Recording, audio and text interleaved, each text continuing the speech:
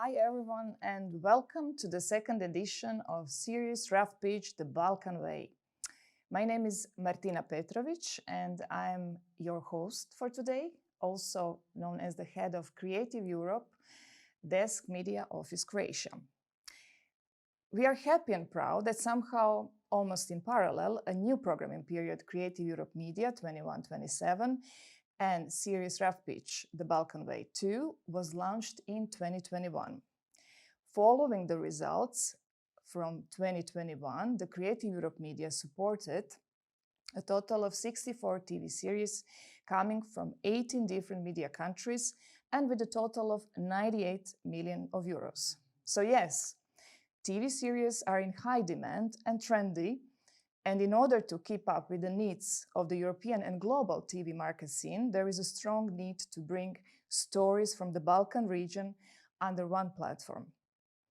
So for our platform, Series Rough Pitch The Balkan Way, the call was open to participants coming from 9 different countries: Albania, Bosnia and Herzegovina, Bulgaria, Croatia, Greece, Montenegro, North Macedonia, Slovenia, and Serbia. In the end, out of 24 projects, we selected 7. So this year, again, we have on board 2 wonderful tutors who, prior to this pitching event, worked hard with our participants. And somehow, let me start with Helen Granqvist first. It seems that this series Rough Pitch is a perfect example of cultural diversity. We have tutors coming from Sweden and Denmark. We have a variety of participants coming from the aforesaid 9 different countries, but also we have a variety of wonderful jury members. But let's start with our tandem. Helen Granqvist first. She is producer, known already at this market scene for already 30 years with different hats. Most recently, one is the president of WIFT organization. So Helen, can you maybe join us and say a warm welcome and a couple of words? Helen? Hear me? Hello.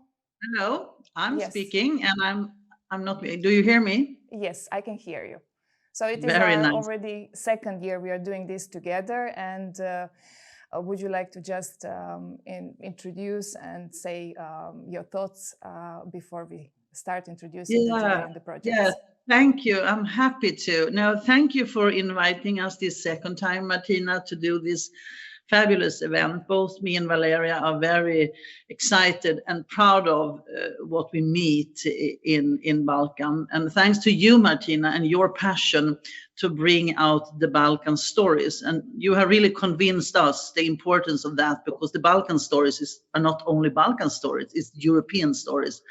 And it really reflects our time in a way that we are excited, and we hope that the pitch audience will be as excited as we are. It was not easy to select because there were so many good stories, we must say. So we are happy to be here again. It's always a joy. So thank you very much for having us. Thank you, Helen. Thank you for being with us. Now I invite Valeria. Usually Helen is a combo with Valeria Richter. Valeria Richter is screenwriter and also known in the scene for quite some time, and famous for quite innovative labs, strengthening Nordic genre, but also developing audience design at Torino Film Lab. So Valeria, warm welcome to you.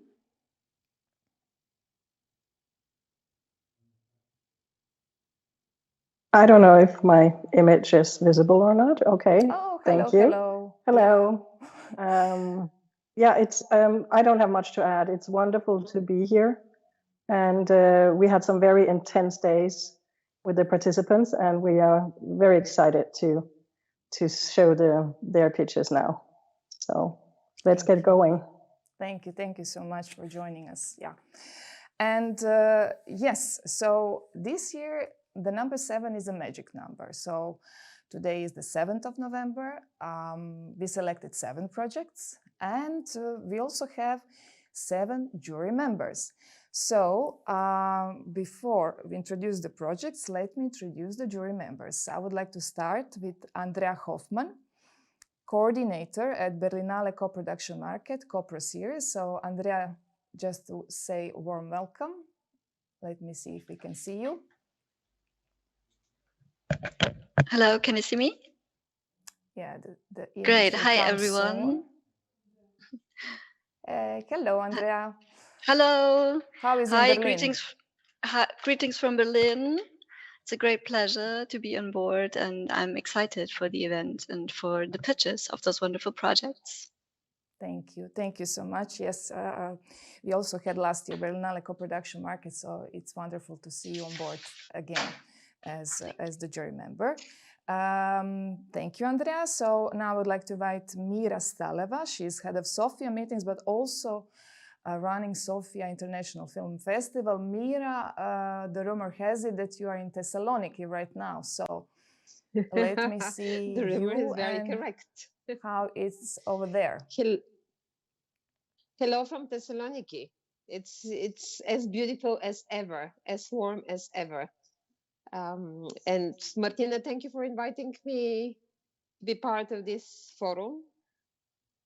At Sofia meetings, we started pitching for TV series 3 years ago, and I totally believe in the importance of making the stories coming from the Balkans traveling around, especially considering that the market in this part of Europe is not that well financed when it comes for TV series. And it's really very, very important thing to open. So pleasure, looking forward to hearing all the magical stories. Thank you. Thank you, Mira. Now we are going to move to Nadia Radojevic. She is actually responsible for a wonderful training initiative supported by Creative Europe Media. The title is European Showrunner Program and run by the International Film School from Cologne. So Nadia, welcome. Yeah, thank you very much. Also, warm greetings from Cologne. Really thrilled to be part of this initiative. As my last name indicates, my father comes from the Balkans, but not only for that, I think it's a really important initiative. And I'm curious to hear the pitches or to see the pitches. So thank you for doing this. Thank you, Nadia, for joining us. Yes. And now we will move to France. Solène Moreau, Serious Mania Forum. She's responsible for the Writers' Camp. So Solène, bienvenue. Hello. Can you hear me? Yes, yes. And thank you for having me. me As well. It's quite high-tech, demanding live stream. So your picture will come soon. Okay. Yeah, so also we had last year Serious Mania joining us, and so we really appreciate that we have on board you as well this year, especially since you will be responsible for offering free accreditations as the one of the awards. So, yes, we are very happy to be part of this project again, and I'm really glad to be offering accreditation this year again. At Series Mania, we have a few workshops and training initiatives as well, so we are always looking for new voices. So I'm really excited to hear the pitches today. Merci, thank you. Merci. Thank you. And now we will move to Austria. Susanne Spelitz. She actually represents ORF, so we have also one television on board, and she was also supporting us last year. So, Susanne, welcome. Hi, everyone. Greetings from Vienna. Thanks for inviting me, and I'm very glad to be here, and I'm very excited to hear your pitches. Thank you. And now we shall move to Italy, to Angelica Cantisani, Torino Film Lab. She's responsible as programs coordinator. So, Angelica, welcome. It's the first time that we have Torino Film Lab, so we are very pleased to have you on board. Hello, it's my big pleasure to be here today and look forward to listening all your stories and projects. Thank you. Thank you, Angelica. And last but not the least, representing VIF Sweden, we also have Grace Maharaj. So Grace, also warm welcome and nice to have you on board. Thank you so much. Greetings from a little overcast Stockholm, and once again, just great to be here and looking forward to listening to the pictures. Maybe you can turn also your camera so that we can see you. Can you see me? Yes, now it's perfect. Thank you. Wonderful. Okay, so thank you also for being part and for taking the role also as the jury member. So last but not the least, my big thanks also goes to my dear friends and colleagues from all over, not only the Balkans, but Austria and Germany, especially Berlin-Brandenburg. So in the following order, I also thank from Austria, Esther and Clara, Bulgaria, Kamen, Greece, Anna, Montenegro, Maria, North Macedonia, Ivana, Serbia, Una, Germany, Berlin-Brandenburg, Suzanne, Josephine and Mirja, as well as Zagreb Film Festival, who is also partner on board. It would also not have been done without the support of our film centers, the Croatian Audiovisual Center, Bulgarian National Film Center of Montenegro, North Macedonia Film Agency, Film Center Serbia, and BIFT Sweden. So let me explain how the process will go on. The awards are the following. So we will introduce special mention by the tutors, then as you could hear, Serious Mania Festival accreditations, and the final jury award of 3,000 euros. So after the presentation of the projects, this is just the information for the audience, we'll take a short break of 15 minutes so that we have some time to decide the awards. But also the audience feel free to comment on our Facebook pages or YouTube channel, because write us which project actually inspired you, and why, because we also prepare some small surprises for the most active ones. So I take a deep breath. I hope that our wonderful participants are ready, because tada, we are starting.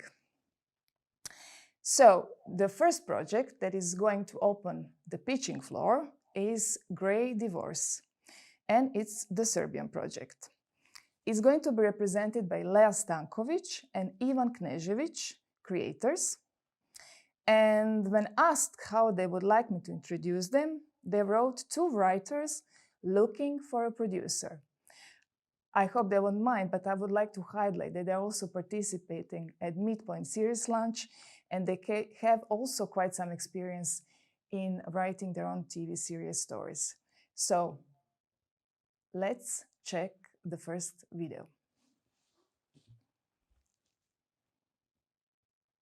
When I was 14, my parents got divorced, and it took me a lifetime to understand that maybe this was the exact moment that they decided to put their own happiness first.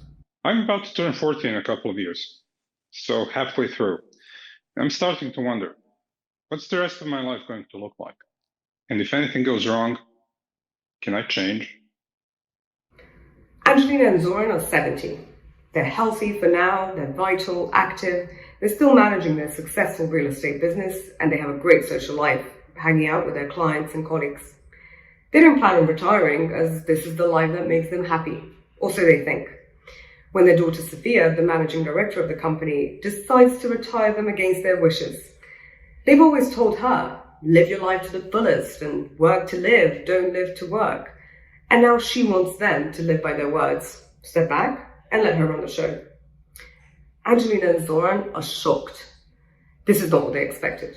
Actually, in the 50 years they've been working, they haven't ever given a single thought to retirement. But Angelina starts to think it might be a good idea to step back. Maybe we could actually live a little and do all the things we've dreamed about, but couldn't do them before. Zoran agrees. And with that, they finally retire. Now, they have all the time in the world. For the first time, Angelina and Zoran realize how much work has consumed their life. Their social circle is only clients and colleagues. And all the travel and fun and excitement they've done, it was all for the kids. So they're lost, confused, even a little bit scared. But at least they have each other, and they'll navigate this crazy new chapter of life together. However, a problem arises. They have radically different ideas of how their chapter should look like. Angelina wants their final years to be adventurous. She wants travel, hiking, safaris, roller coasters. She wants to eat weird foods and meet new people. Simply put, she wants fun, laughter, and excitement. But Zoran wants peace. A house in the countryside, a vegetable garden, maybe a Mediterranean cruise once in a while, but nothing too exciting. In his own words, just peace and quiet while we wait for the end. And they realize how they've never even talked about what retirement will look like. And it leaves them in a complicated situation. They try reaching a compromise, but Angelina is bored, and her adventures are complicated to Zoran. Their health is not what it used to be. The conflict deepens as Angelina and Zoran wonder if it was only work keeping them together. Did the love die a long time ago? Was it just a habit? Unable to reach a compromise, they finally decide to separate. Separated, they both try different things. Rekindling old flames. They try being alone. They take a family cruise with their kids. Online dating. Which ends in disaster. Caring for animals. And something leaves them feeling empty. The only thing that's clear is that they love each other, but they can't seem to reconcile their differences. And after a close friend suddenly dies, both Angelina and Zoran are reminded that they don't have all the time in the world. Grey Divorce is a funny, bittersweet series that asks the audience, when does love stop and habit begins? Is it ever too late for change? And whether you're 20 or nearing 40 or even 70, the question remains, is it ever too late to search for happiness?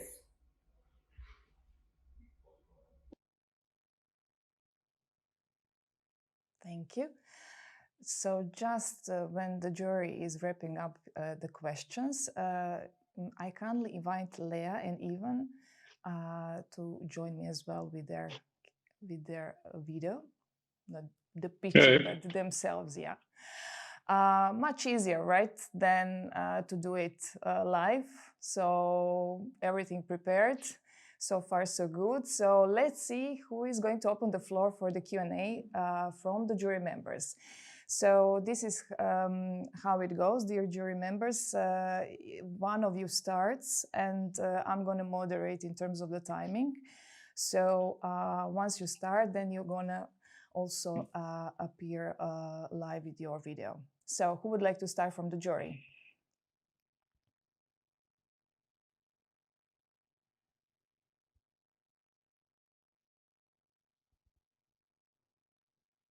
Hello, jury. Hello. Hello. I can start if you like. Okay. Thank you for your pitch. I thought it was a really interesting story, and I have a question about your main characters. How do you think the audience will relate to older main characters?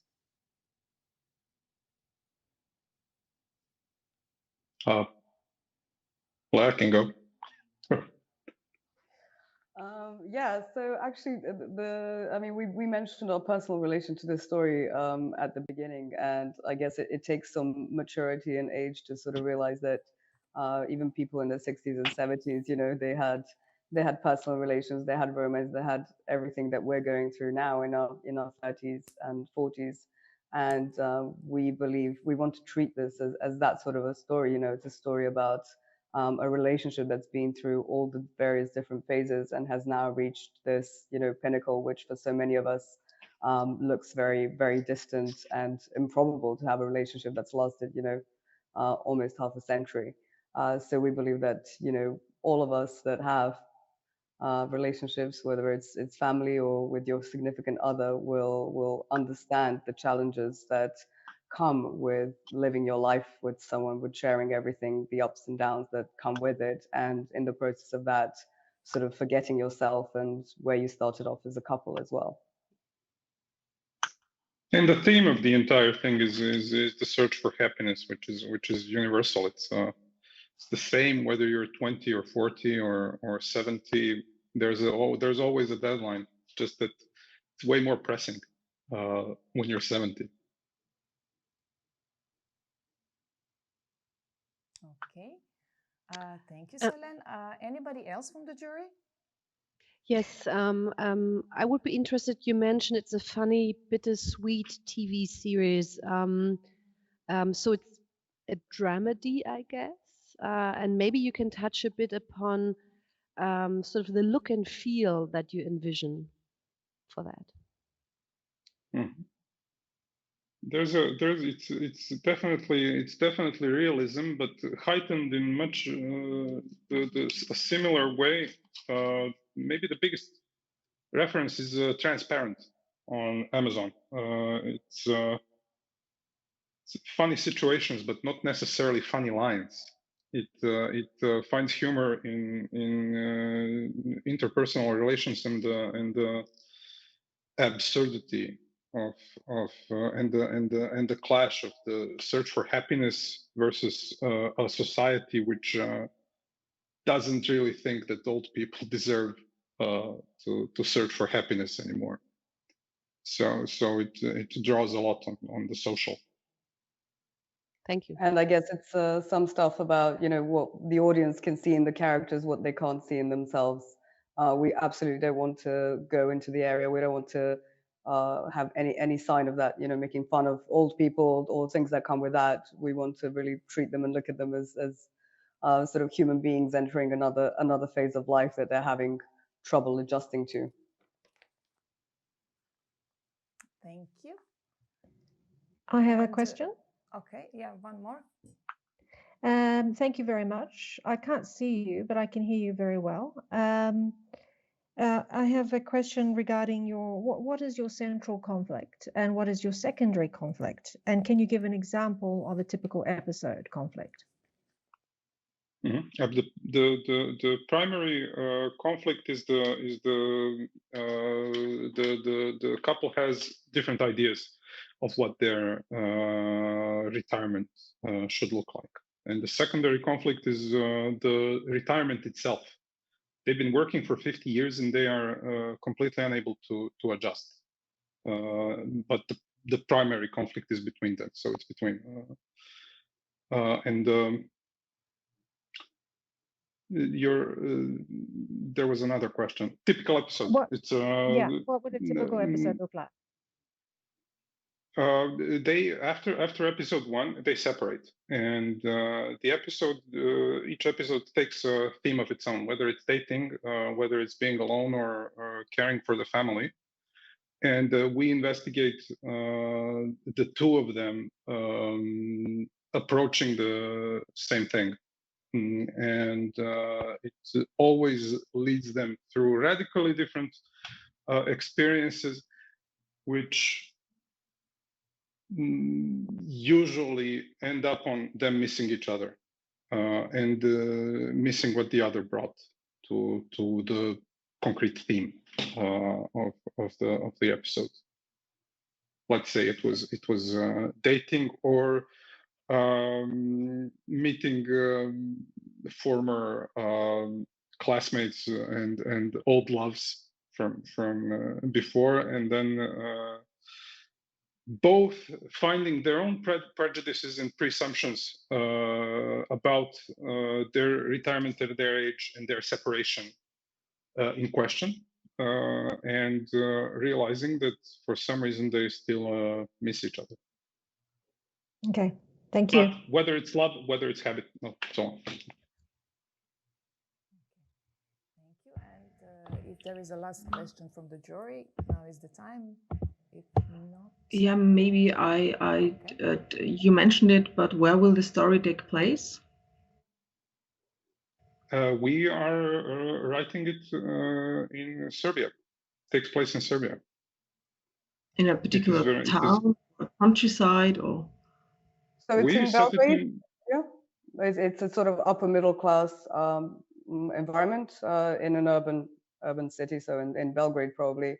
And I think what's particularly interesting about this environment and the sort of the Serbian perspective of it is that even though they're well off and finances are not a concern, divorce is still a taboo, and it's really scandalous for a woman at the age of 70 who has it all, and why would you throw it all away? And it's sort of really looked upon as as selfish. So there will be those sort of barriers and reactions to overcome for Angelina as well.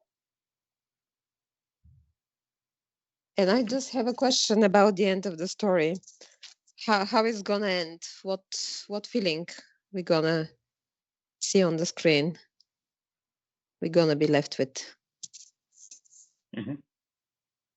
It's bittersweet, definitely, and what we are looking for, well, the end of season 1 is the definite divorce. But if we're talking about the overall ending and how it ends in the very end, our idea would for it to be, still separation, but still a lot of love, and something that's realistic but upbeat and optimistic.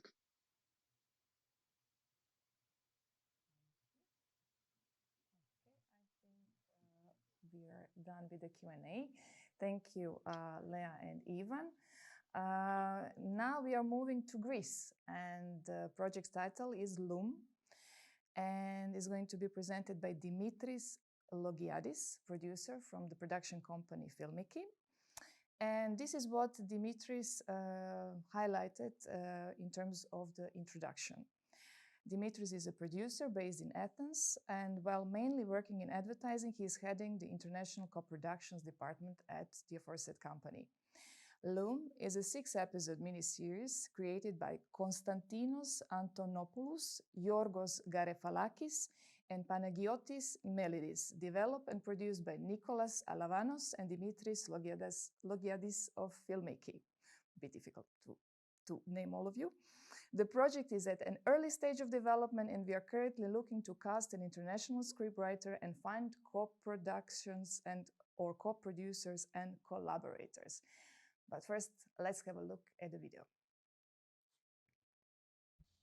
Hello, I'm Dimitris, one of the producers of the miniseries Loom, a 6-episode character-based dramedy where we follow 5 different but interwoven storylines, experiencing each character's perspective and narrative of our story.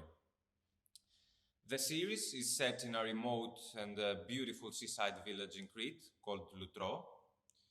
Lutro is a peaceful place, accessible only by boat or on foot, where people usually go there to calm and forget about their problems. The few locals that live there and the village's economy are strongly dependent on the tourists that visit the island during summer. But these years, things have been a bit different. COVID changed everything, and visitors dropped to an all-time low number. That's where Theophania, our main character, enters the picture. Theophania is a very famous Greek-American actress, and pretty much like Gwyneth Paltrow, after a long and successful career in Hollywood, she turned into a mindfulness guru and self-evolution influencer. After the success of her blog Loom, she decided it was just the time to take a step further and organize a 5-day convention where all the alternative thinkers and mystics could freely share their wisdom and grow together. Lutro, her ancestors' birthplace, was just the perfect location to host such an event. She Airbnb'd the whole village, sent the villagers to camp at a nearby beach, and turned Lutro into a mindfulness retreat. Everything seemed perfect.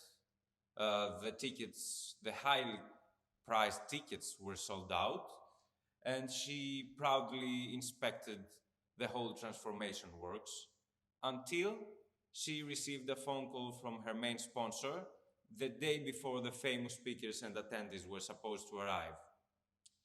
He told her that he can't have another case of rich people evicting locals in sake of their own entertainment, and hung up.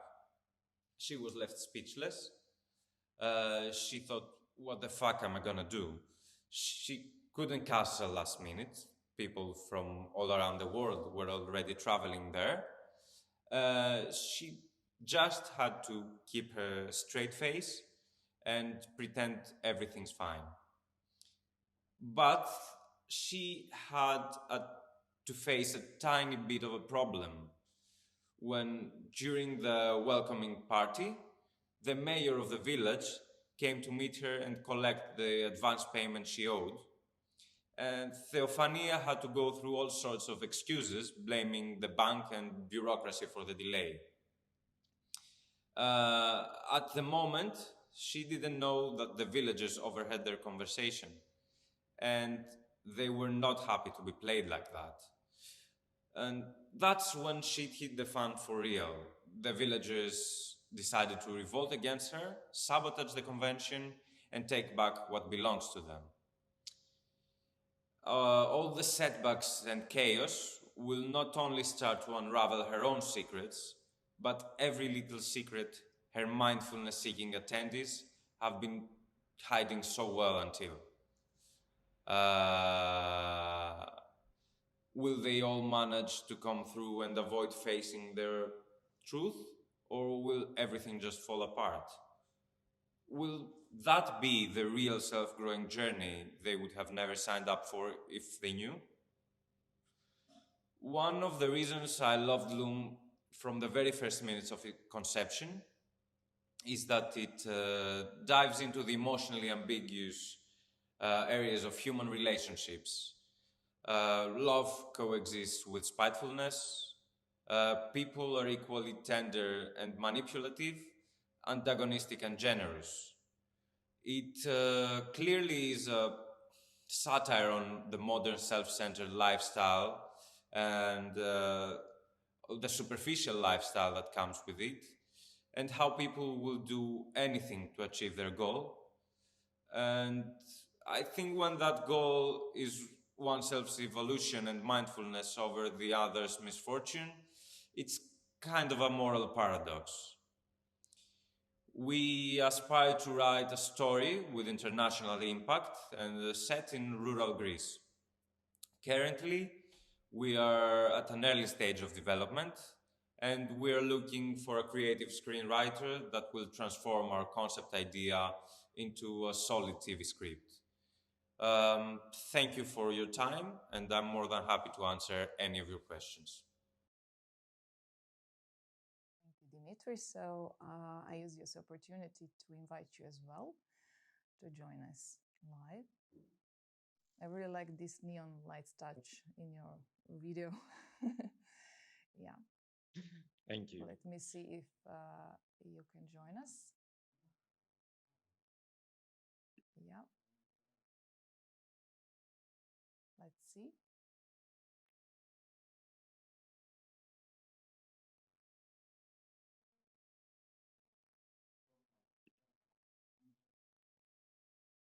Okay, there are some little issues. So let me see if you. Oh, Grace is already here. Dimitris is here. Grace already has question for Dimitris. So, Grace, the floor is yours. Dimitri, for presenting Loom. Can you give me an example of a comparable show that is similar to the tone of your series?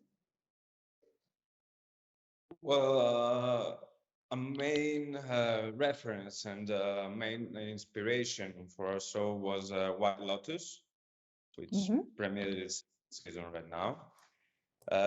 It has the same style in terms of comedy and all those character-based situations. I think that's mostly the reference. And then there's Fire Island, which was an inspiration to the story, where a famous, let's say, event goes to the drain.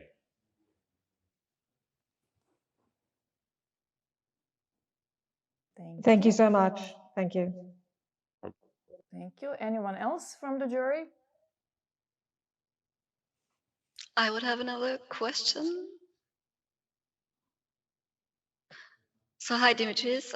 Thank you for the pitch. You mentioned 5 different but interwoven storylines, which sounds quite challenging at this point.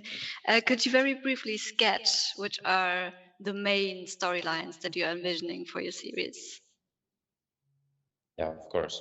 So we have the main point of view is Theophanias, the host of the convention, and her story with the mayor and the villagers. Then we have some attendees and speakers. One of them is a really famous, let's say, influencer of the influencers.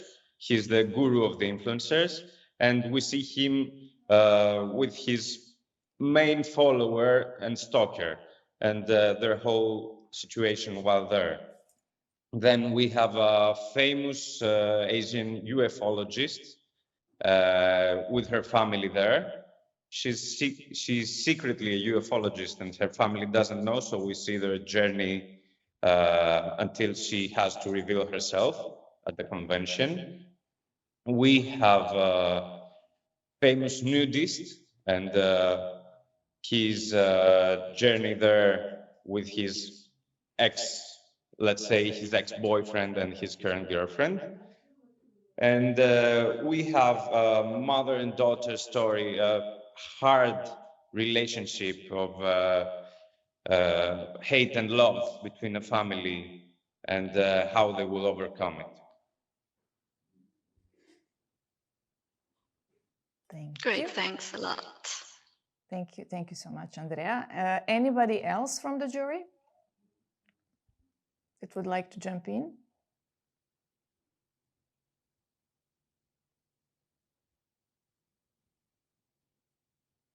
Okay, then I will ask also Dimitri something. So what are your next steps? And if given the award, like, what would you do with it? So we are, as I mentioned in the video as well, we're currently, our main goal right now is to find a script writer, a native English script writer that can transform on this and give his input there.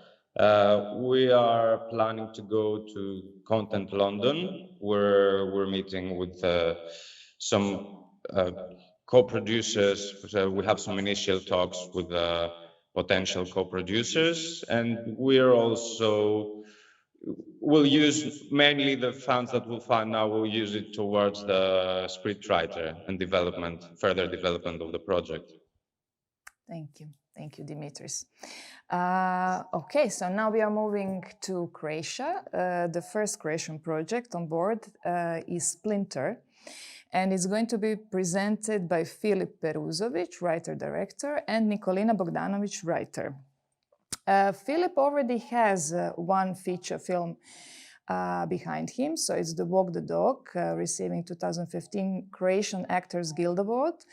But he's also famous for his short story Deep Cuts within the Omnibus project, receiving as the best new talent at Valletta Film Festival in Malta.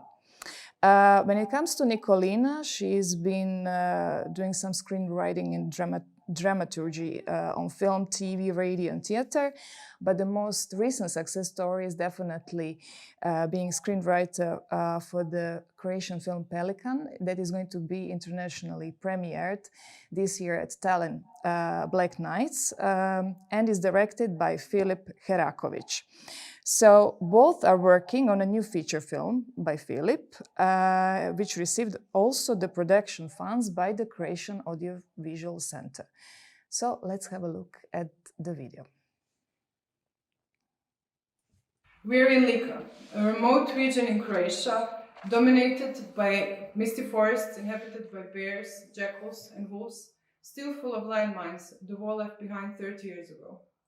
Desolate towns young people hope to flee from, empty roadside restaurants and motels from the time before the highway to the seaside was built. Today, the only people traveling through this landscape are illegal migrants on their way to the Slovenian border, the gate to the so-called real Europe. And this is where Goran was born, He's a 28-year-old journalist who works for a local newspaper no one reads, who comes back to his small hometown he left years ago to write a story about the draining of the local lake, which takes place every 10 years. But this time, instead of car junk and other garbage, the bottom of the lake reveals its best kept secret, a body. These turn out to be the remains of Goran's childhood friend, a local girl who disappeared without a trace 10 years ago. Everyone in town suspects the same man to be the killer. Her boyfriend from back then, the son of the most influential man in the region, the owner of the local sawmill which employs most of the families in the area. Everyone knows, no one can do anything about it. Goran stays in the town to cover the story, forced to return to a community he escaped many years ago and to stay with his estranged father who never accepted Goran's sexuality. The murder doesn't get huge media coverage, and there is no brilliant investigator arriving from the big city to solve the case. Instead, the girl's death is conveniently ruled out as suicide. But to the locals, the dead girl is not just a dead body at the bottom of the lake. She was a daughter, a sister, a friend, and we follow all those who are most afflicted by her death. Her now divorced parents, who both plan revenge each in their own way, her younger sister, who is fed up with living in the shadow of a tragedy, and her godfather, a former sawmill worker who now smuggles migrants and whose secret threatens to be revealed. Goran is torn between professional responsibility and personal involvement in this case. When he publicly addresses the killer, he has to deal with serious consequences. Our series is based on a simple premise. The law is not the same for everyone. We explore this through 6 50-minute episodes in which we portray this town as a small-scale model of our society. It's a society filled with corruption, in which corruption is almost like a national treasure, just like the blue Adriatic Sea. This burning issue is something that we want to tackle through the means of fiction. We have the treatment of the season, and we are currently working on the pilot. There is still no production company attached to our series, so we are looking for partners and producers who are ready to help us take this project to the next level.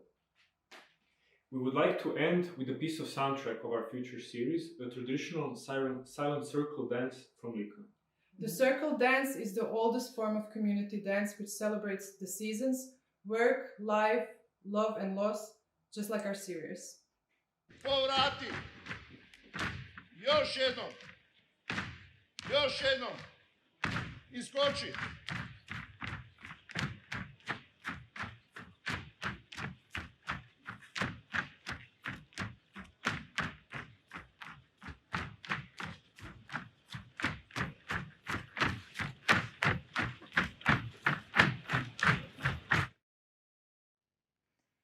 Chica is the creation title of their project. So thank you. I kindly invite Nicolina and Philip to join me so that we can all see them.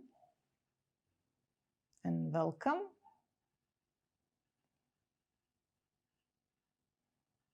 And also I kindly ask one of the jury members to prepare a question for them.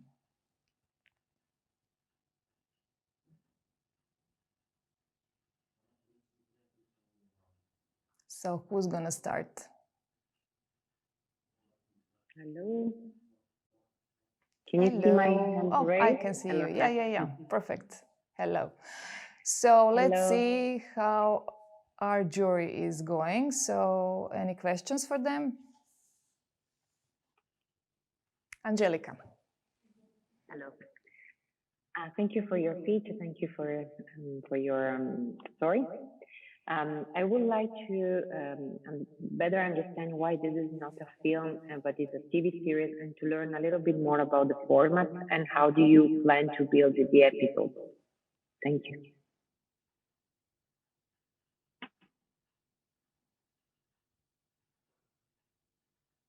Philip, maybe your sound needs to be on. We can't hear you.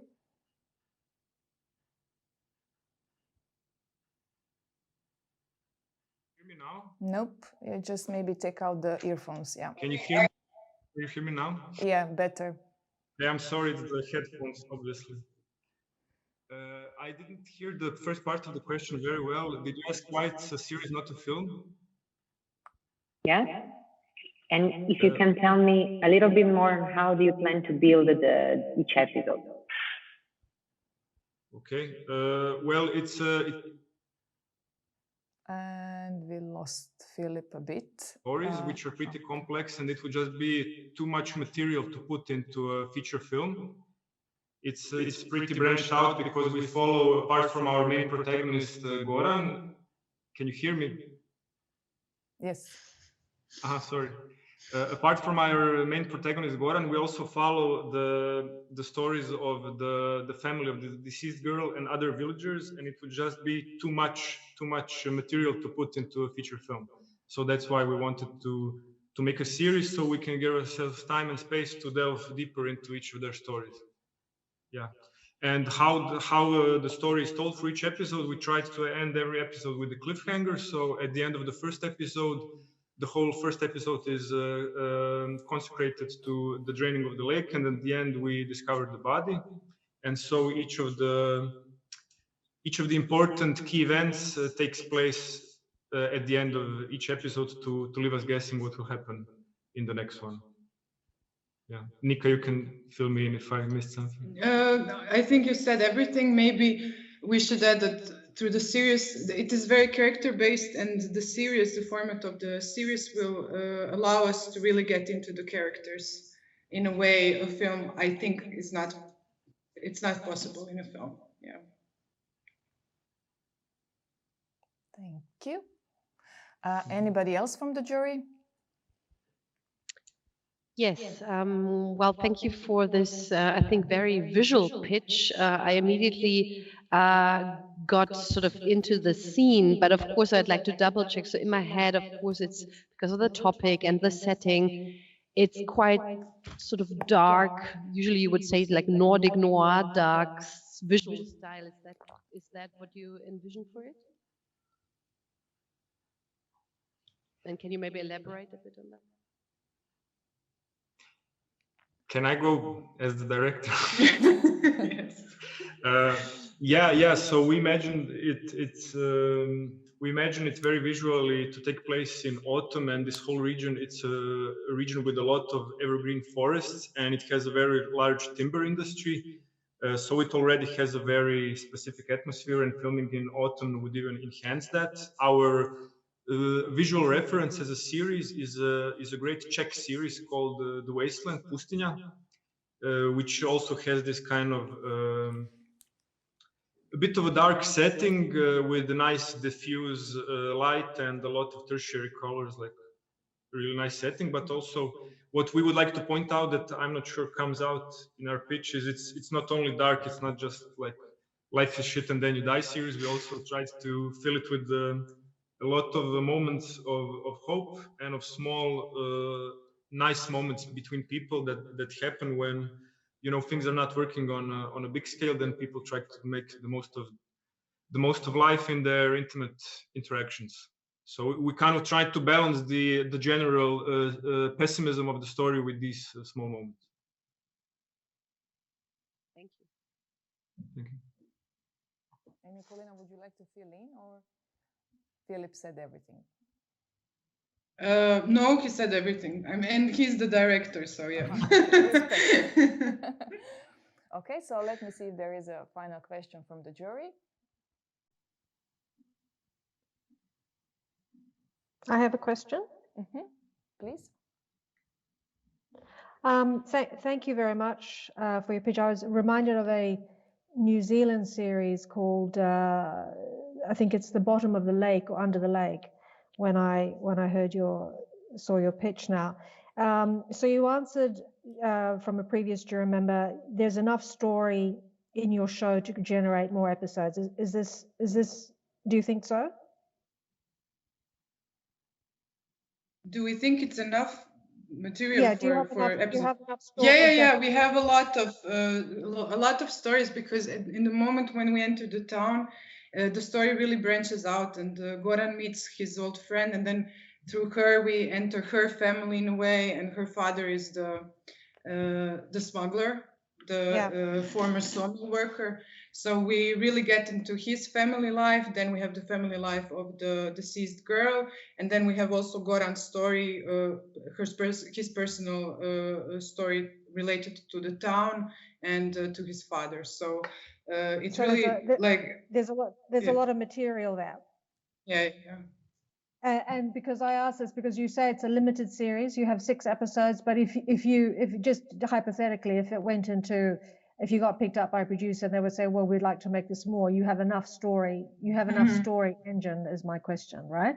Yes. Yeah. We used 6 episodes because when we started doing it, we were thinking that it will be shown on Croatian TV, so it's 6 episodes there. Sure. Yeah.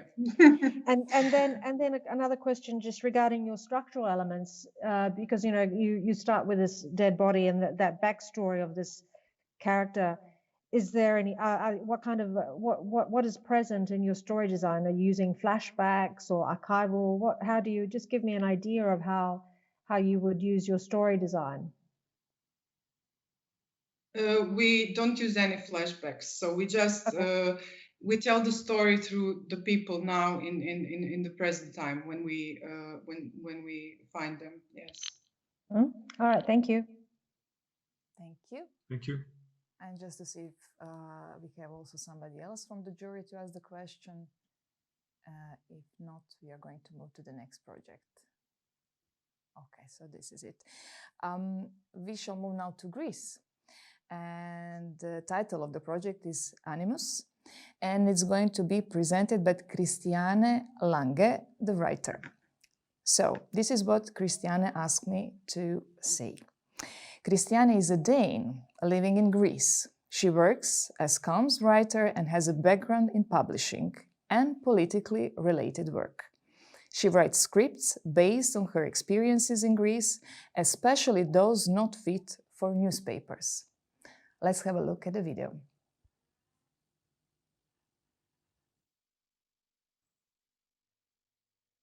I'm going to take you just a small step back in time. It's 2016. Greece is 7 years into a brutal debt crisis that has exposed every dysfunction in the system and fixed nothing.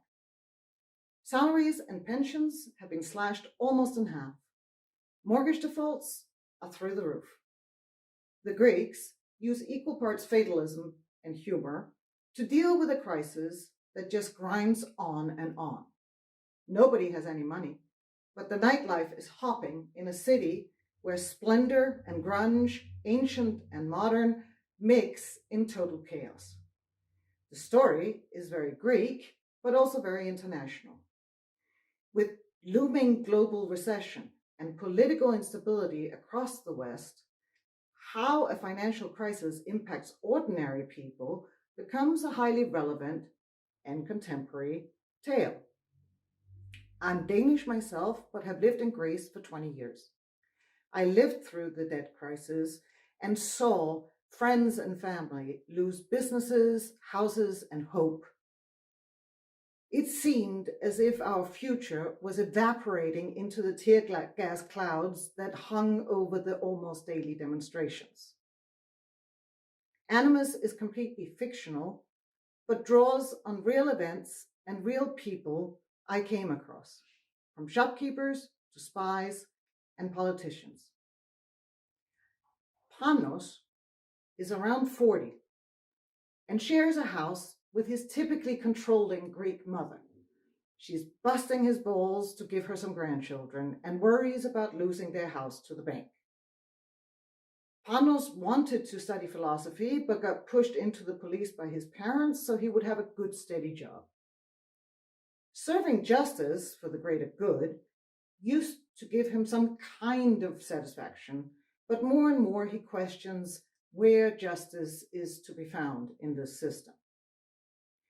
Panos catches a tough case involving a daring heist that uses the natural tunnels that run under Athens.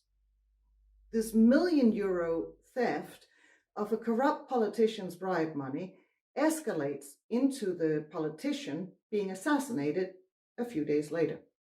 It looks as if an old terrorist group, supposed to be history, could be involved. Panos's orders are to go after the terrorist group and cover up the corruption, which intensifies the doubts he's having. When he realizes that his best friend Nikos, an artist, and Nikos's girlfriend are involved in the heist, he faces his first real moral dilemma. Will he choose his friend or the system? As he continues to question his own role, he untangles the case with the help of his girlfriend, who's a journalist. When the pieces of the puzzle fall into place, the truth puts Panos, Nikos, and their girlfriends in real danger. The irony is that cops, robbers, and terrorists are all up against the same adversary, the corrupt state. In this case, in the person of an old-school political operative who sees government as a business and will do anything to keep the corruption money flowing.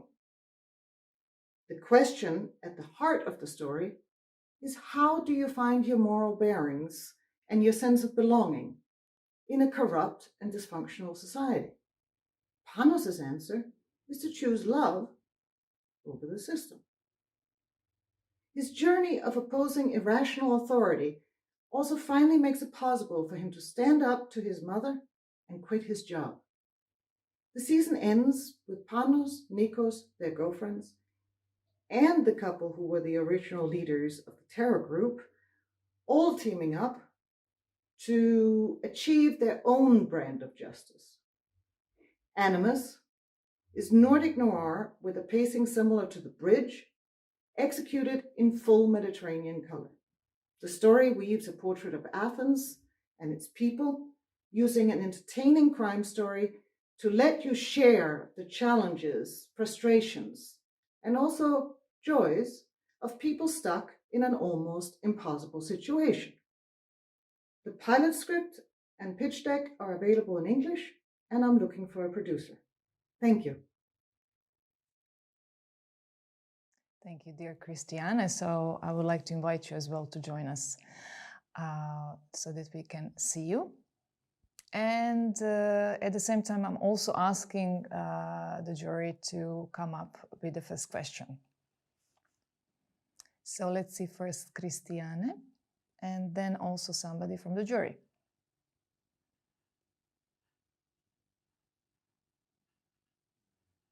Christiane, we can't see. I have turned everything on. Can you hear me? Yes, yes, yeah. Okay, so now let's see if we have a question from the jury.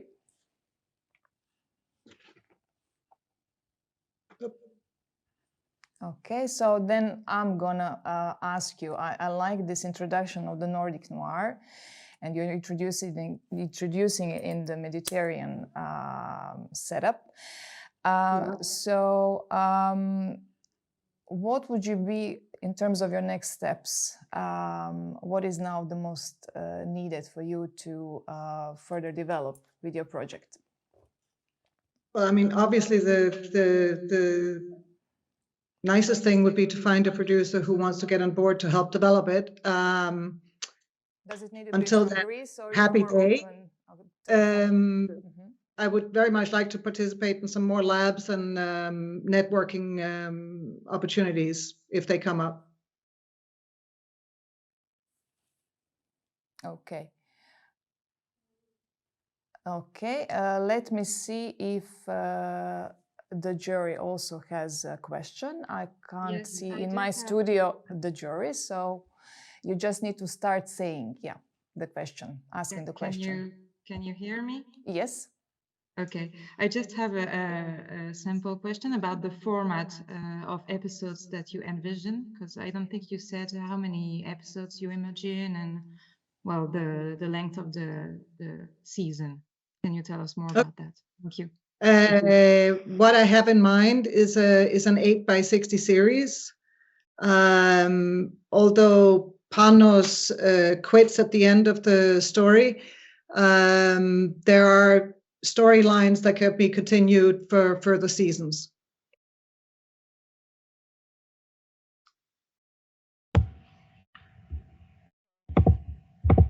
speak. Yes, thank you for your presentation.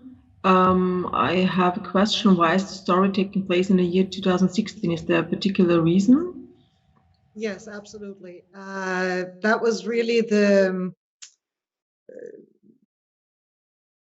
It was a very hard year in Greece. It was when the crisis had already been in effect for 7 years.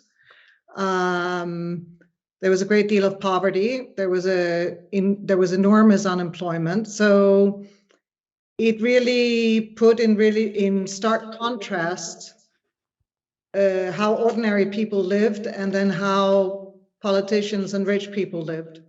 So I think it really puts the spotlight on what happens when a society is corrupt in a way that would also be relevant today. Thank you. Thank you. Anybody else from the jury? So please just start asking the question so that I'm aware that there is one. Thank you. Can I ask? Yes, please. Christine, thank you. Christiane, thank you very much for your pitch, Amanis. I have a question regarding your character. Just describe a little bit about the emotional characters, the main character story arc, Panos, one, and then his emotional story arc. So 2 story arcs: the story arc for Panos, and then his emotional story arc. Okay, in purely practical terms, he goes into this case along with his young female partner at work. I mean, his police partner.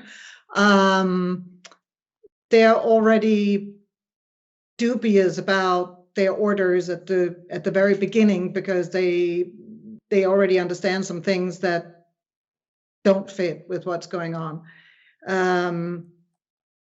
And as it goes on, he becomes more and more aggressive about getting to the truth of this case in a way he probably hasn't really done before. And this is what gets him thinking about what he's doing with his life and what he's doing with his job and so on. So it's a little hard to distinguish between his emotional arc and his practical arc, in the sense that a lot of it is driven by how he is emotionally reacting to what's going on. And he also falls in love during the course of the story. He's just out of his last failed relationship that his mother helped make go up in smoke. And he falls in love with the only witness in the case, which is also a departure for him because in the past he wouldn't have done that because it's against the rules. So already we know that he's doubting what's going on. And at the end, he's decided in his commitment to his girlfriend and his commitment to get out of this job. Thank you. And just tail end to that question, you're the writer of the series. This is your show. Yes, so to speak. Yes. And are you planning to direct it? No, ma'am. I don't believe I have the background or the experience to do that.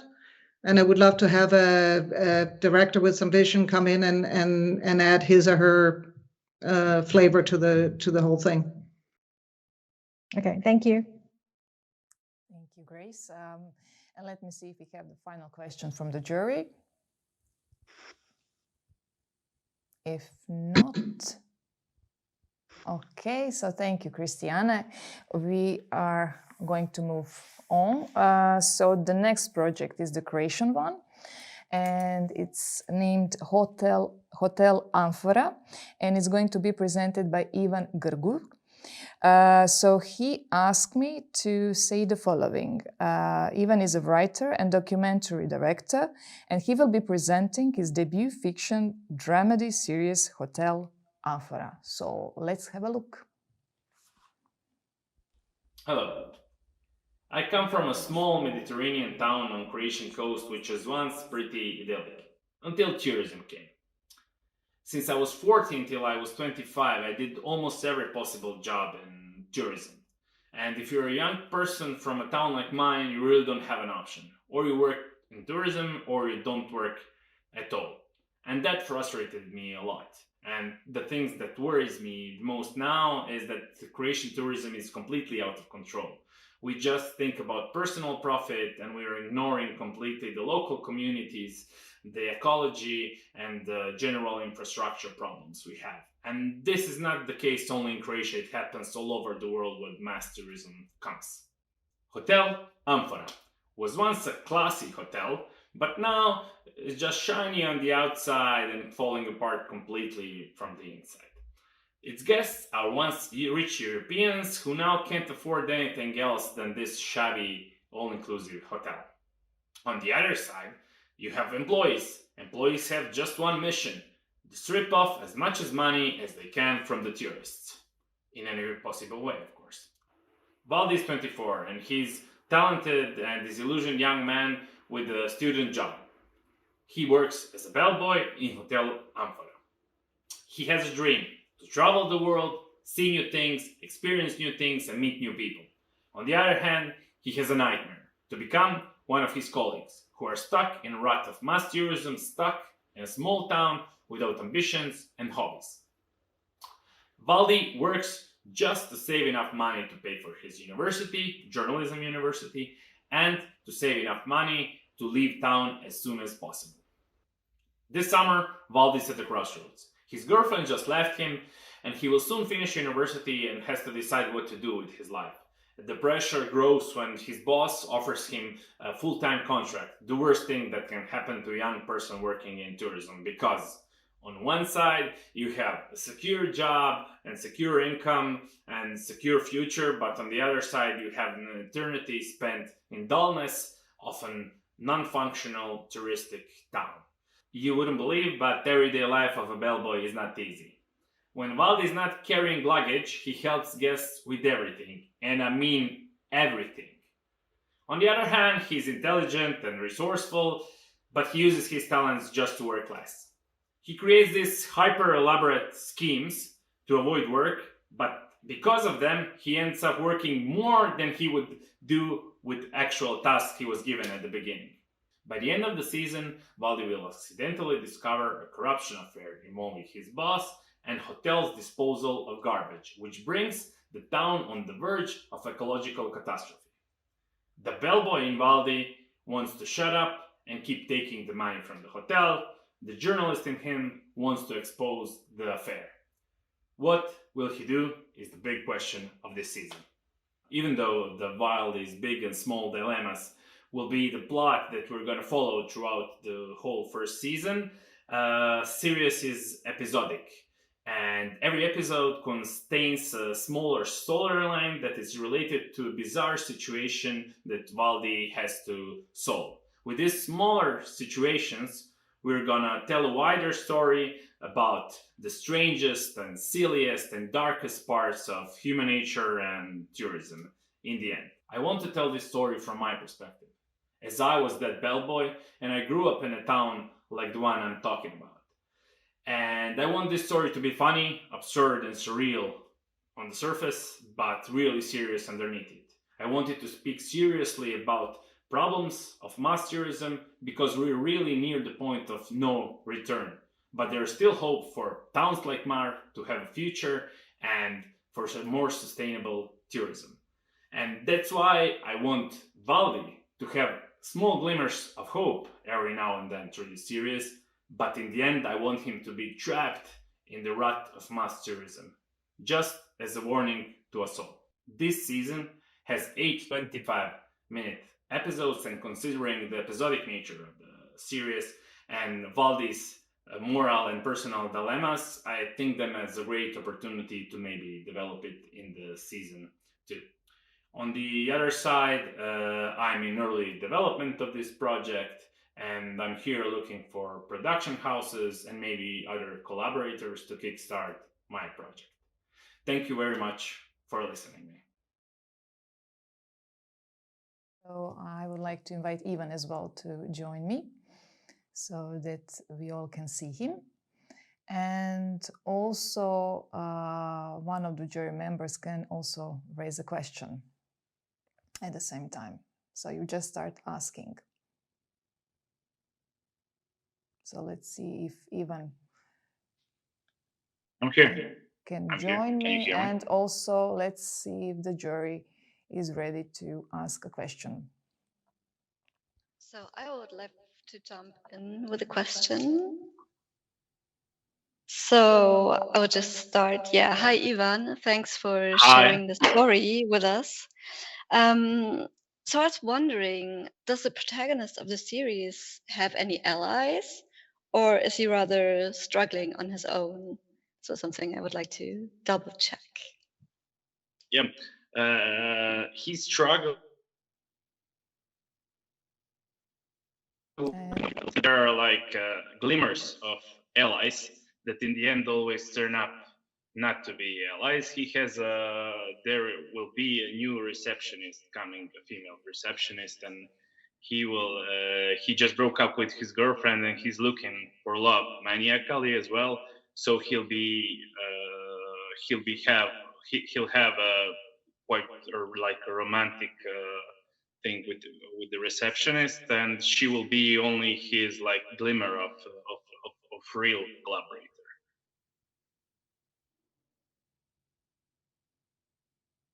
Okay, thank you. Anybody else from the jury? Hello. Hi, Ivan. Hi. Hi. Hi. I was wondering if you can briefly tell us who is the real antagonist of your story? I mean, who is the main source of conflict? Who I or what? didn't hear you. It's I not a didn't hear you. question. Can you hear me now? Yes. Okay. So, who is the antagonist of your story? Who is the main source of conflict? If not a person, I mean, something. The main conflict is two. There are two things. First, the main conflict is the is the can does Valdi will Valdi take a secure future in his hometown that is completely unfunctional, or will he try to leave the town and look for happiness elsewhere? That's the main conflict of the story. Secondary thing is that can he we have like this corruption affair involving the disposal of garbage of the hotel that brings the town of the verge of ecological catastrophe. Here he has to choose between just keep taking the money as the bellboy, just doing this season, earning the money and running away from the town, or trying to use his journalism talent to maybe write even something about this affair and lose the job, but maybe get some other job and be able to help his town. I don't know if I responded to the question. Perfect. Thank you. Thank you, Angelica. And last but not the least, a question from the jury. I would like to ask more about this eco-sustainability part of the story and the motivation of the character and how you plan to develop this. We start with my main character starts as someone who hates his hometown and hates his job practically, and he just wants to leave.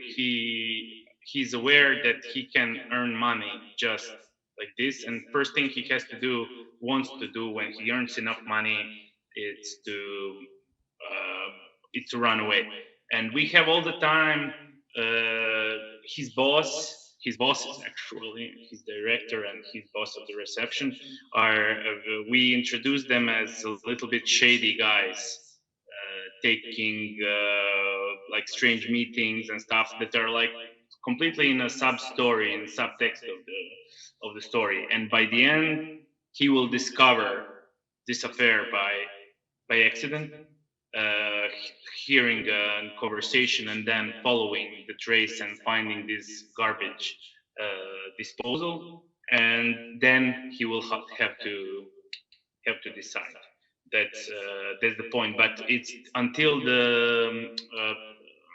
the seventh episode, I imagined it as to be like something that is like interesting to Valdi. He understands that something shady is going on, but its every episode is just a little bit. There are little pieces like of it all around, and we as spectators, we see it.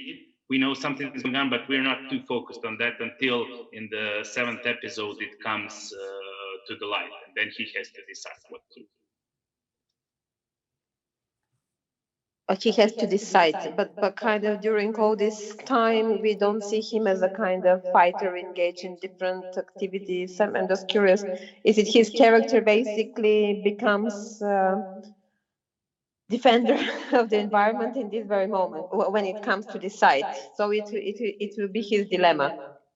Yeah, it will be his dilemma. Yeah, until that moment, he just wants to not like until we see him like progressing a little bit, little by little as a character, because watching tourism happening in mass tourism and all the strange stuff happening around him, he starts thinking about the impacts of everything. Until now, he was just taking the money and doing as everybody else because it was comfortable for him. He doesn't have conscience in the beginning, and by the end, he grows this conscience. Thank you, Ivan. Thank you, Mira. So to see if there is a last question from the jury, and if not, we are moving to the next project. Then thank you, Ivan. Thank you, Ivan. We are staying in Croatia. So our sixth project is Generation Rec, and is going to be presented by Ana Badurina, creator-writer attached to the production company Antitalent.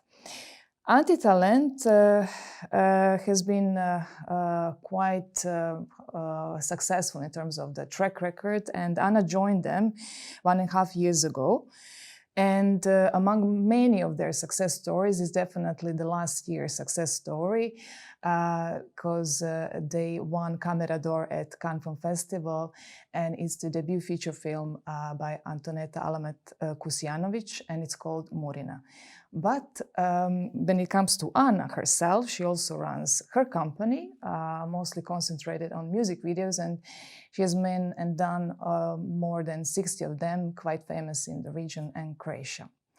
But let's have a look at the video. For the past few years, I've been working and living in this dreamy yet horrifying place called show business. A few years back, I got my first job on the Croatian commercial television as a producer of talent shows and reality TV. At first, my actual dream job, everything I ever wanted. On my first day in, I learned my first lesson. Television makes people, and people make good TV. What a magical phrase. I wrote it down even in my notebook on the first page so I can read it every day and remember where we're heading. Soon enough, second lesson kicked in. There are 4 categories to fill in to have a fantastic episode with high reach.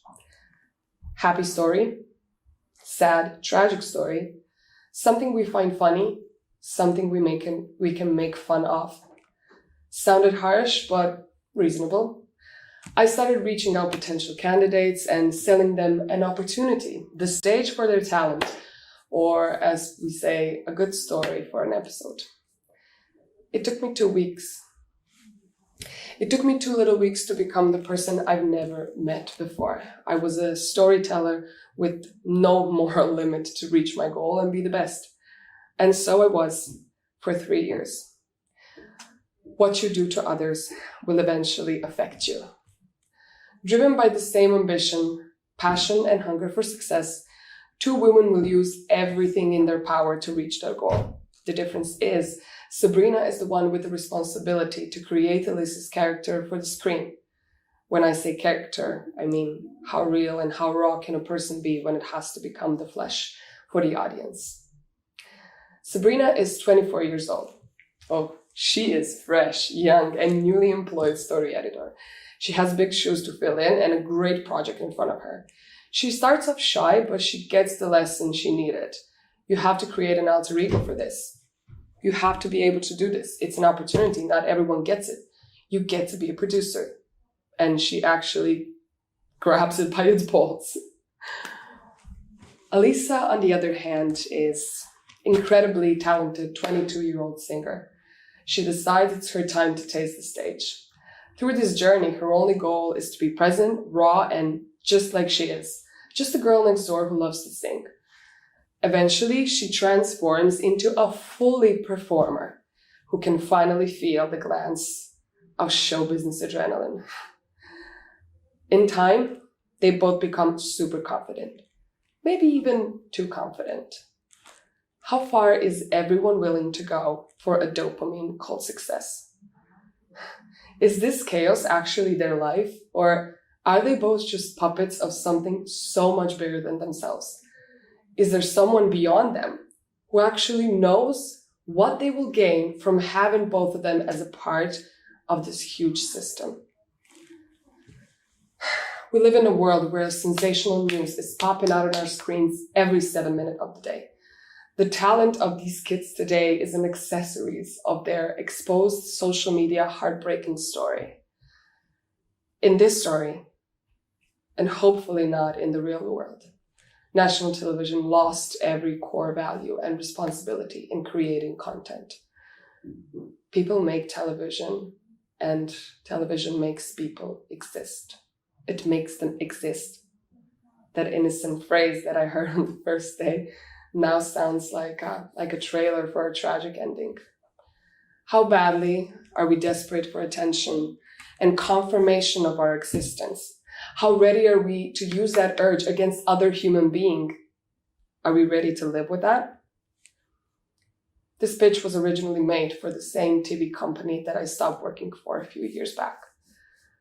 It actually scares me to death to even put this story in front of them because I don't even know how we can backlash. The project is still in development, and I recently finished writing the pilot episode. I'm looking for finance on behalf of future development and eventually co-production to make this show a showstopper that it deserves to be. Whatever happens, the story needs to be told on behalf of me and every other person that left the system for the same reasons, and for every kid who is exploited for a clickbait headline. This is not only a Balkan story, it is a global issue, and it's going on for years now. I am ready to be the best again. I'm ready to produce this show. Thank you very much.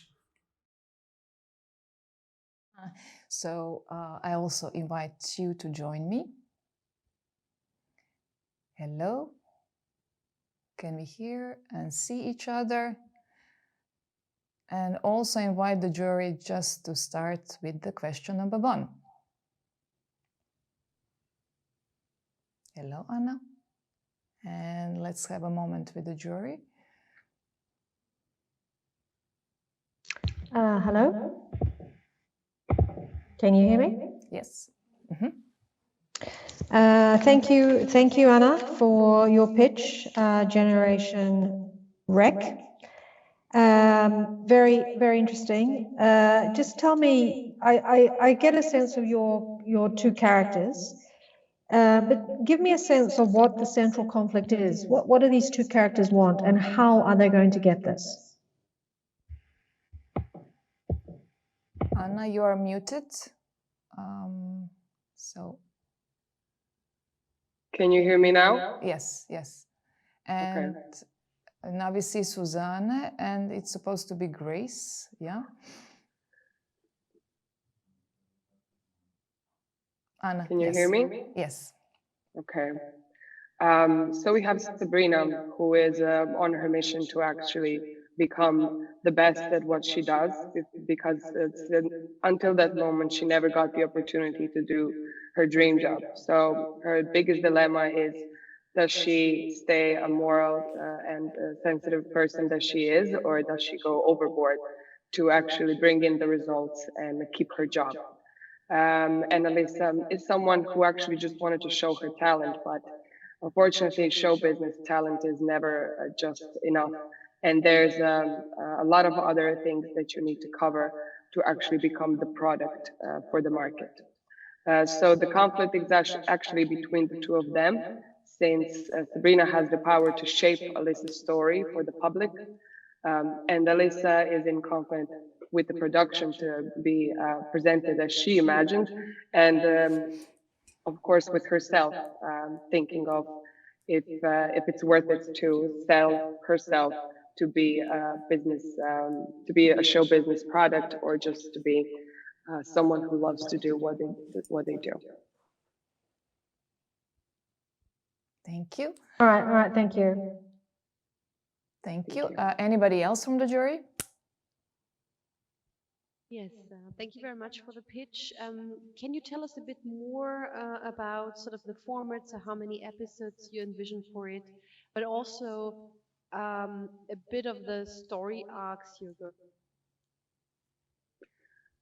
So it's originally imagined as a 25-minute episode, 10 episodes altogether, but I'm still actually thinking about the length of the show, because it has the potential to be much longer, since it will include music numbers and showcases. So the point of the fact that everything is going on in the TV studio, it gives a lot of opportunity, because everyone who works in television world know that working in the studio, you have a feeling of a cubicle, and everything that's been going on there is just a life of its own. You basically lose touch with the outside world, and people go through everything there. People go through their private lives, through their business lives.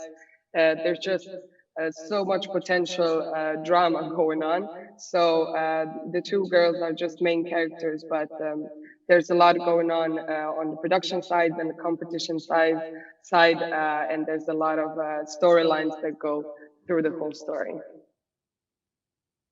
Thank you. Thank you, Nadia. Anybody else from the jury? Yes, actually, thank you for the emotional pitch. I just want to know, what genre do you want to tell, and does the story take place in the future or nowadays? I'm sorry, I didn't ask you correctly. Did you ask about the genre? Yes. At first it was imagined as a dramedy, but it actually will have a tragic ending. It's imagined that both girls don't really end up as winners. I mean, depends how you want to look on it. And the story takes place right now, because my goal is definitely to tell a story about social media and everything that's happening right now, and it's actually only getting bigger and more intense. So I might even say the future, if I can overreact with that one. Thank you. Thank you, Susanna. And last but not the least, let's see if we have the last question from the jury.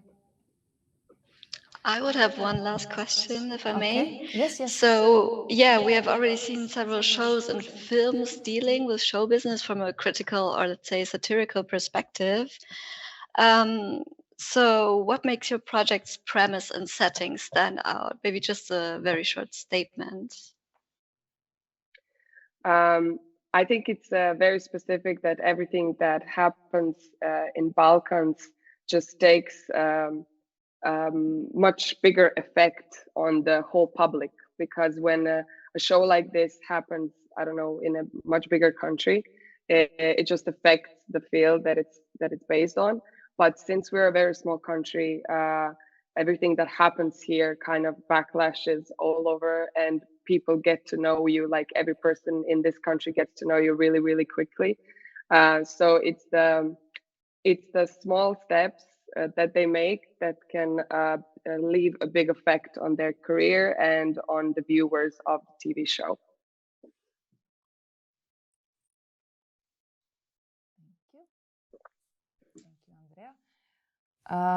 Okay, so thank you also, Anna, for all your answers. And last but not the least, we move to Bulgaria and the project Mother's Eyes.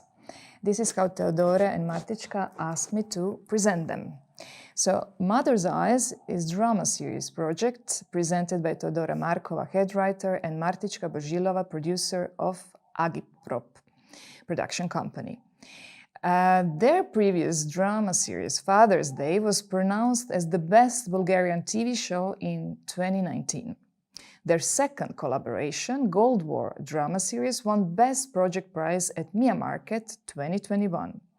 And finally, Agitprop is also behind the first official drama series co-production, Sabr, about the assassination of the Serbian Prime Minister Zoran Đinđić between Croatia, Serbia, and Bulgaria.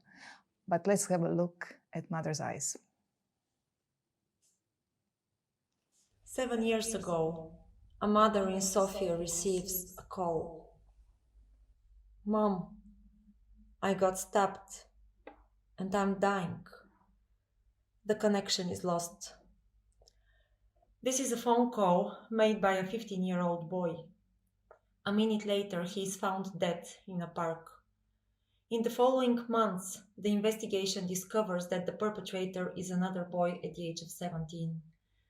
The media show several interviews with the mothers of the two boys. Our story is inspired by this tragedy that happened in the center of our city. As I was watching at the two images, I asked myself what was happening in the life of those two women over the past 16 years. How did it come to this point? And the idea about the 12-episode series Mother's Eyes was born. Maria is a single mother. She has a troubled teenager and a little boy with difficulties adapting at school. She is a nurse, blunt, cynical, in constant financial problems. One evening, while waiting for her little boy to finish training in the gym, she receives the horrifying call. Her son Pavel has been stabbed. Near her, another mother, the wealthy Elena, witnesses the scene, and she spontaneously offers to take care of the little boy for the night. The wounded Pavel undergoes major surgery, but remains in a coma with a small chance to survive. The medical team offer a second surgery. It could be fatal, but it could also bring the boy back to life. Frightened, Maria does not dare to sign the documents and decides to wait. From that night on, the two women connect despite their social differences. Elena has a successful construction business with her husband, and their children attend private school. She starts to support Maria and motivates her to investigate what happened that evening. Maria must deal with the truth and the guilt that she didn't know her son at all. It turns out that Pavel was selling drugs. Immediately, accusations fly by all sides at Maria and her son. Only Elena stands by her. We experience the first 4 episodes from Maria's point of view. From episode 5, the story swaps to Elena's point of view. She begins to sense that something weird is happening at her home, something connected to the crime. When she discovers that it is in fact her own son who stabbed Pavel, she's horrified. She tries to cover his tracks, hiding the truth from Maria. She needs to protect him the way she has always done. From episode 9, the two women start to haunt each other. Maria senses that her new friend is acting strange, and she is filled in with suspicions. Her search for the truth becomes even more hectic, and finally the crime is resolved. The two mothers separate. Will it be possible for them to meet and to support each other again? The painful event makes Elena realize that this time her son should carry the consequences of his crime. And Maria, she finds strength and hope to sign the documents for the surgery of her boy. We are filmmakers, but we are mothers as well. Theodora has 3, I have 2 children. The problem with violence among youngsters is growing huge, especially in our part of the world. We want to tell this story that asks moral and ethical questions, but takes us where the answers are inappropriate. Where forgiveness is the only way to overcome despair, pain, and anger. The only way to survive. We are at the stage of development. We have full Bible and drafts of the pilot and the second episode. We are planning to apply for funding in Bulgaria. We are looking for co-producers, broadcasting partners, and a sales agent. We thank you very much for your attention. Thank you. And now I would like to invite Martička and Teodora to join me as well, so that I don't feel lonely. And also, I asked the jury to already prepare the question number 1. So let's see if we can see each other. Perfect. Okay, so the jury, the floor is yours. Who is going to start? Question. Thank you for the pitch. You told us that your story is based on true events. Is the friendship of the 2 women a dramaturgical decision, or is it true? It's a dramaturgical decision. It is only inspired by true events. And actually, the real case that we were following, the boy was dead immediately. And we decided that we don't want to leave the viewers in such a hopeless state. So in our story, the boy remains alive in a coma with small chance to survive. But in real life events, the mothers do not know each other. It is only in our story. Will the audience know that Elena's son is responsible for the attack? At what point? Could you repeat just the beginning of your question? During the season, when will the audience know that Elena's son is responsible for the attack? At what point? The viewer receives together with Elena. So from episode 5, she starts to suspect, and the viewer starts to have suspicion. And we lead the viewer together with the protagonist, Elena. So they both understand and discover this at episode 7 or 6. Thank you. Thank you. Anybody else from the jury? Yes, I have a question. Can you hear me? Yes. Yes. Yeah. Thank you, Teodora and Machika. So just on following on that question. So episode 7, did you say that's the series arc? Is that correct? Where Helena, the protagonist, finds out about the killer of her son. Is that correct? Yes, it is around the midpoint of the series. And how many episodes have you planned for this? Is this a limited series, or what's your episodes? It is limited series, 12 episodes, and from the midpoint on, Elena starts to cover his tracks, and Maria continues to search for the truth. But both mothers start from as antagonists from the beginning of the show, but they turn to antagonists from the middle. And so first 4 episodes are from the point of view of Maria. The second 4 episodes are from the point of view of Elena. And the last 4 episodes, we follow both protagonists when they start to follow each other and they are filled in with suspicion to one another. But despite of the fact that Elena is trying to cover up the crime, the truth is resolved and Maria manages to understand who is the killer. So you got, from what I understand, you have cliffhanger. Am I correct to say you've established cliffhanger scenes, episodes, so that, you know, as a TV series, we want to know what's going to happen next, and so are you creating this cliffhanger suspense per episode?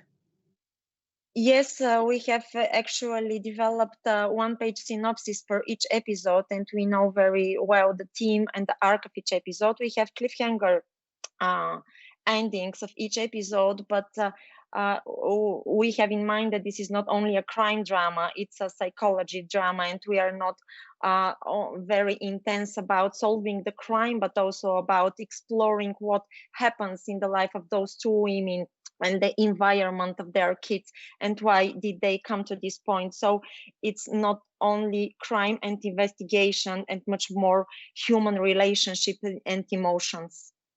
Fantastic. Thank you for that. Thank you, Grace. Anybody else from the jury? I would like to more about the two women. Actually, you mentioned forgiveness. But what we're gonna see kind of in how the relationship between them escalates when Maria will be kind of cornering Helena, or can you tell me a little bit more about that?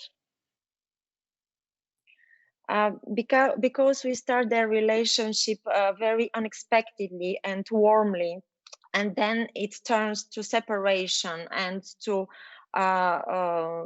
suspicion.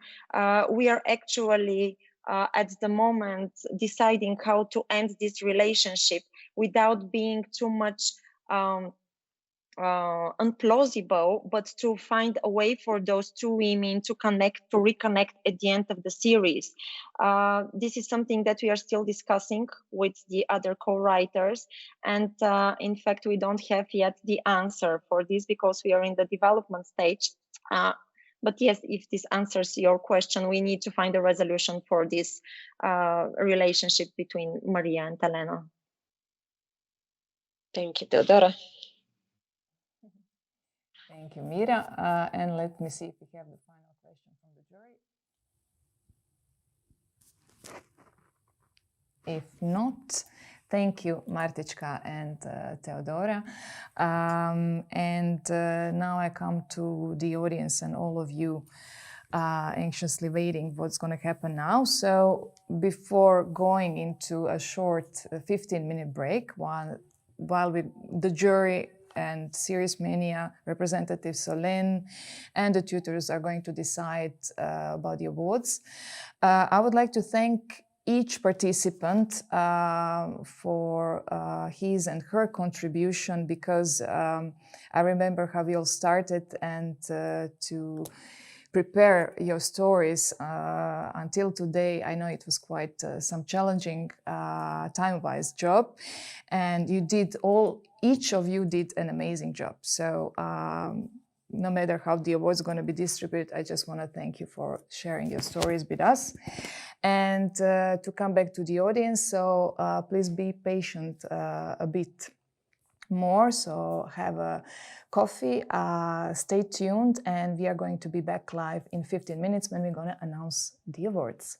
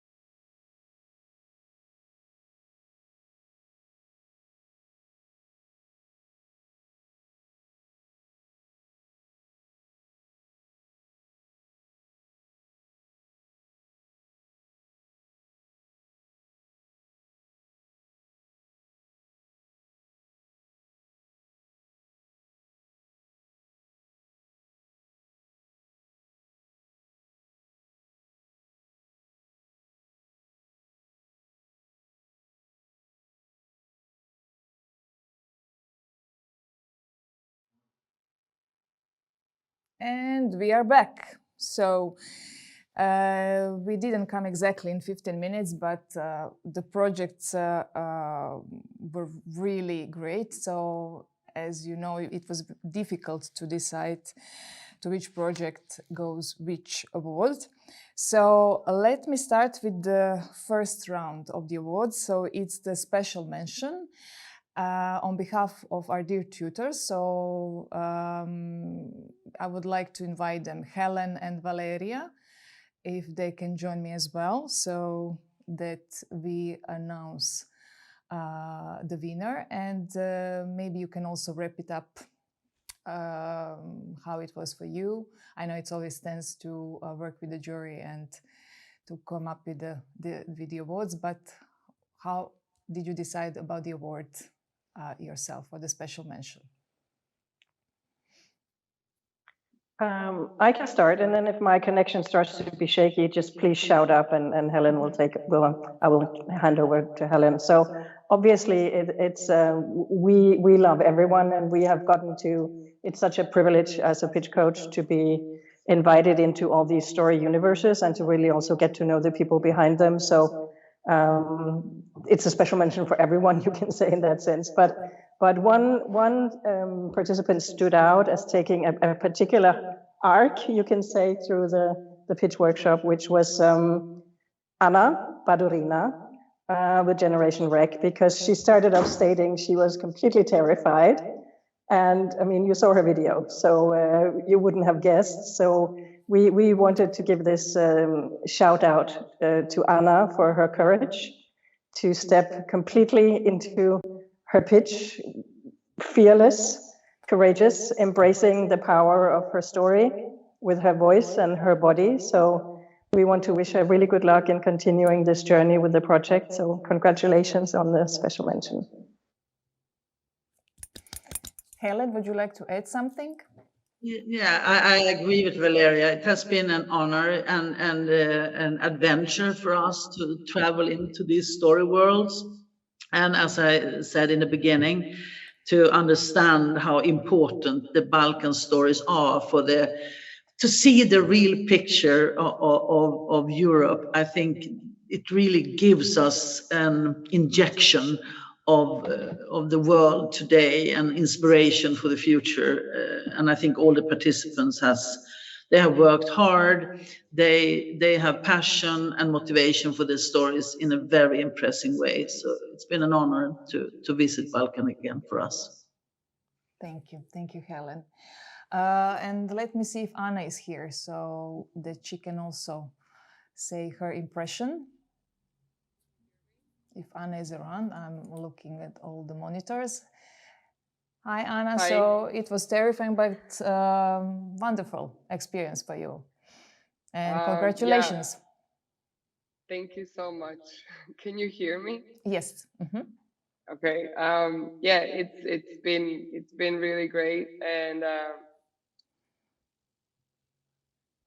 speak. Yes, we can hear you. Yeah, sorry. It's been great because it's my first experience in something like this, and I couldn't have asked for better tutors, if I may say.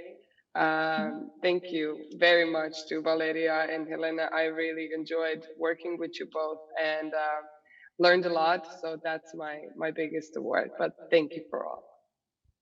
Thank you, Anna. Thank you, Valeria and Helen.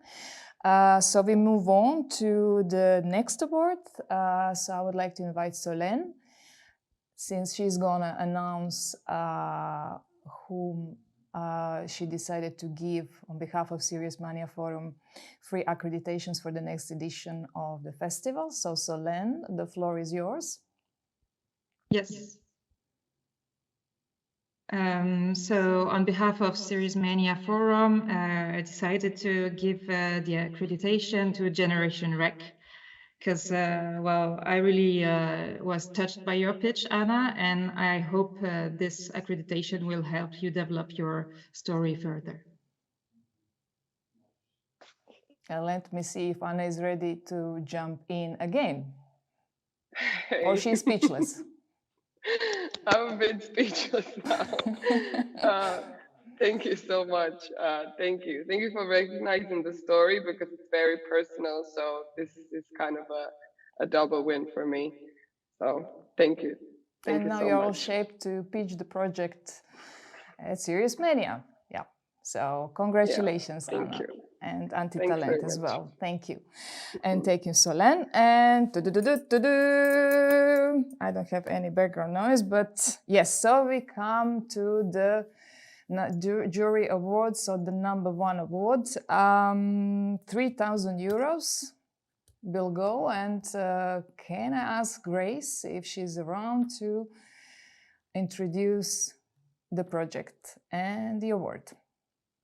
Thank you. Can you hear me? Yes. Wonderful.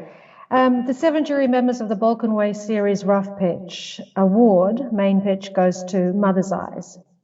Based on a unique and important story inspired by true events that tackles the rising violence among youth. It's a promising project with a solid structure, a strong dilemma with clear emotional arcs between the two main characters. Congratulations from us. Thank you, Grace, on behalf of the jury. So I invite Martička and Teodora to jump in to hear them. So let's hear Martička first. Yeah, wow. Thank you so much, dear jury.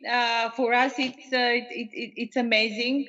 We really believe in this story, and we want this project to happen and to show different perspective from our part of the world, from female perspective as well.